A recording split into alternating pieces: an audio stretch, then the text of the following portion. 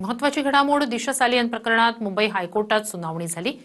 उद्या सकाळी 11 वाजता हायकोर्टात सुनावणी होणार आहे। दिशाच्या वडिलांनी 2023 पर्यंत दिलेल्या जबाबात संशय व्यक्त केला नव्हता असं सरकारी वकिलांनी म्हटलंय।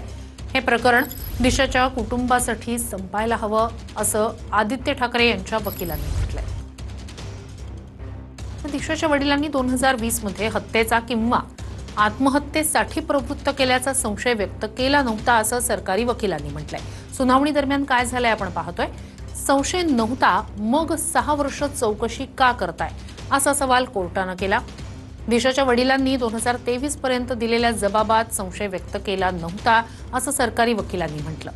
2023 मध्ये पेपरमध्ये आणि मीडियात आलेल्या बातम्यांनंतर वडिलांनी सखोल चौकशीची मागणी केली असं सरकारी वकिलांनी म्हटलं। गुन्हा दाखल करावा असं एकही कारण अद्यापपर्यंत पोलिसांना मिळालं नव्हतं असं सरकारी वकिलांनी म्हटलंय। वडिलांनी आतापर्यंत संशय का व्यक्त केला नाही असं म्हणता, पण तपासात काय समोर आलं तेही तुम्ही त्यांना सांगत नाही असं कोर्टाने यावर म्हटलं।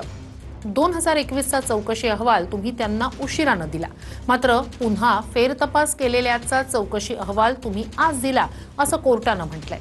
अहवालात काय हे बघूनच त्यांना संशय व्यक्त करण्याचा अधिकार आहे, तर ते आजही संशय व्यक्त करू शकतात असंही कोर्टानं म्हटलंय। हे प्रकरण कुठेतरी दिशाच्या कुटुंबासाठी संपायला हवं असं आदित्य ठाकरे यांच्या वकिलांनी म्हटलंय।